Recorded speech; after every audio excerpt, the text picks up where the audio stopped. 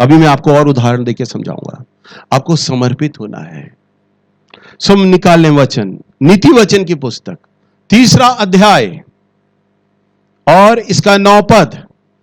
अपनी संपत्ति के द्वारा अपनी संपत्ति के द्वारा और अपनी भूमि की सारी पहली उपज दे और अपनी भूमि की पहली उपज देकर यहोवा की प्रतिष्ठा करना, यहोवा का आदर करना। हालेलुया। क्या कहता है? अपनी संपत्ति के द्वारा और अपनी भूमि की पहली उपज देकर यहोवा की प्रतिष्ठा करना, यानी यहोवा का आदर करना। पहली संपत्ति का मतलब ये नहीं पहली तनख्वाह। आज मेरा संदेश फाइनेंस में नहीं है, पहला किराया, पहले तनख्वाह, पहली वो नहीं। पहली उपज का मतलब है आपकी पहली सोच। मैंने अभी क्या बताया था? आपकी सारी सोचें कंडम और परमेश्वर की सोच सबसे आगे। हालेलुया। उसकी पहली उपज, अपनी सोच की पहली उपज। आपकी इच्छाएं, आपकी अभिलाषाएं मायने नहीं रखती। आपकी 1000 अभिलाषाएं होंगी और परमेश्वर उन्हें पूरा भी कर देना तो भी 1000 अभिलाषाएं बच जाएंगी। प्रभु अभी बहुत पड़ा, अभी बैलेंस, यही पूरा करो, ये भी पूरा करो, यही पूरा करो। परंतु परमेश्वर की इच्छा को प्रथम स्थान, यह है पहली उपज। हालेलुया। अपने जीवन के सारे निर्णय से पहले परमेश्वर का निर्णय सबसे पहले है। प्रभु आप क्या कहते हैं इस विषय में? आपकी क्या राय है? आप क्या कहते हैं? आप जो कहेंगे वो मैं करने के लिए तैयार हूं। और जब आप ऐसा मन बना लेंगे तब उसे कहते हैं समर्पित हो जाना। तब उसे क्या कहते हैं? समर्पित हो जाना। समझ पा रहे हैं आप लोग? आपको और खोलकर बताता हूं।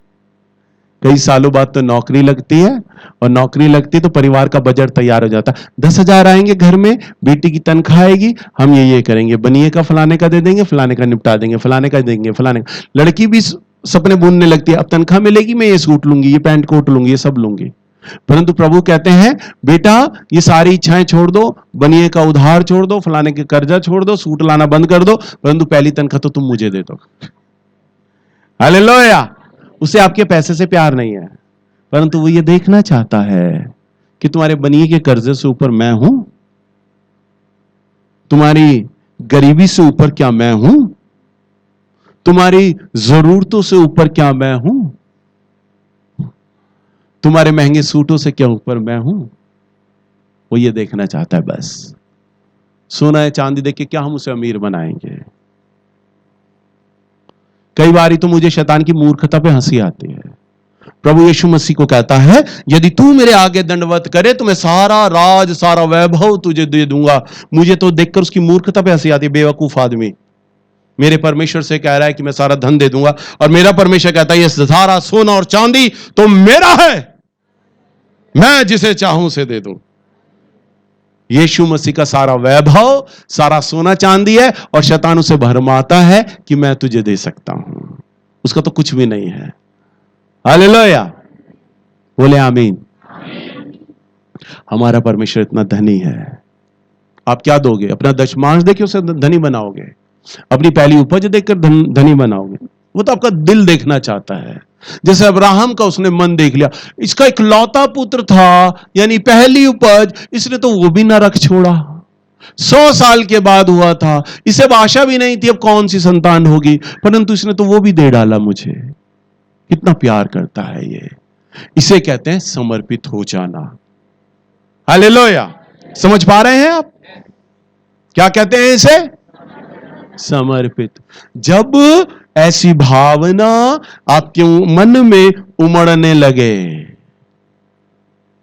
वचन में लिखा है भेंट बंद मार्गों को खोल देती है। हालेलुया। बंद मार्गों को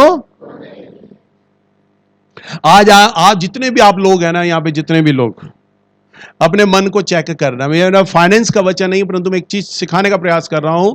अपने मनों को आप चेक करना, आप कितना परमेश्वर को देते हैं, अपना दशमांश देते हैं या नहीं देते, अपनी पहली उपज देते हैं या नहीं देते, अपनी भेंट परमेश्वर को देते हैं या नहीं देते, आपकी ऑफरिंग के देने के तरीके से है ना, आपका परमेश्वर से प्यार करने का तरीका आपको पता चल जाएगा।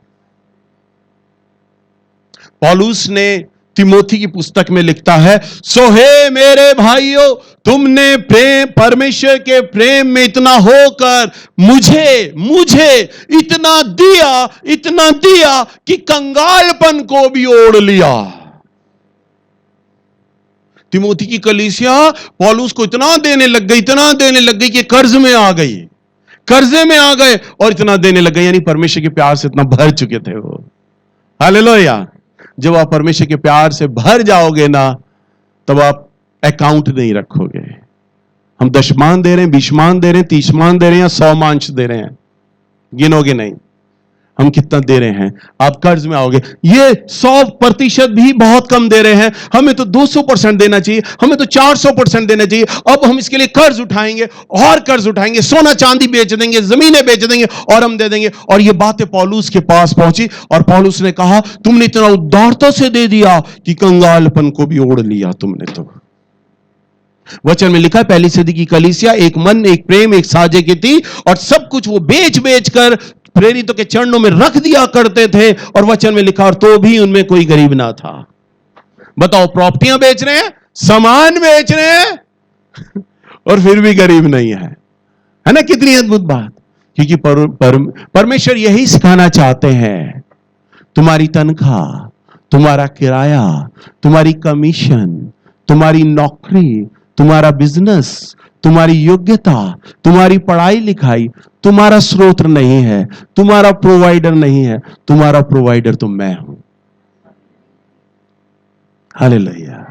अभी मेरी जानकारी में मेरे एक परिचित अन्य जाति व्यक्ति, वो मेरा घर में आए और घर देखकर वो चौंक गए और उन्होंने कहा, बेंजामिन जी, आपने तो घर पूरा होटल बना लिया लॉकडाउन में, ये कैसे बनाया?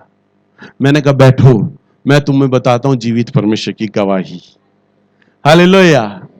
उन्होंने कहा, यहां तो बिजनेस लोगों के काम धंधे ठप पड़े हैं, आपने इतना सुंदर मकान कैसे बनाया? मुझे मौका मिला अपने परमेश्वर के बारे में बताने का और मैंने आधा घंटा बैठ के उसे सुसमाचार झाड़ा अच्छे से। हालेलुया। और उसने कहा, मुझे भी वीडियो क्लिप भेजना आप। हालेलुया। प्रभु कैसे काम करता है। मैंने कहा, आप मेरा बैंक बैलेंस देख लो, उस महीने का भी और आज का भी। 10,000 है ही नहीं एक साथ, परंतु प्रभु ने दे दिया। मुझे तो अभी भी विश्वास नहीं हो रहा, मैं मकान मालिक हो गया हूं। हालेलुया। क्योंकि प्रोवाइडर तो मेरा प्रभु यीशु मसीह है, मेरा स्रोत है, मेरा प्रभु यीशु मसीह है। हालेलुया। इसलिए आप सिर्फ अपने आप को प्रभु के लिए खर्च करें, उंडेलें। समझ पा रहे हैं आप? हालेलुया।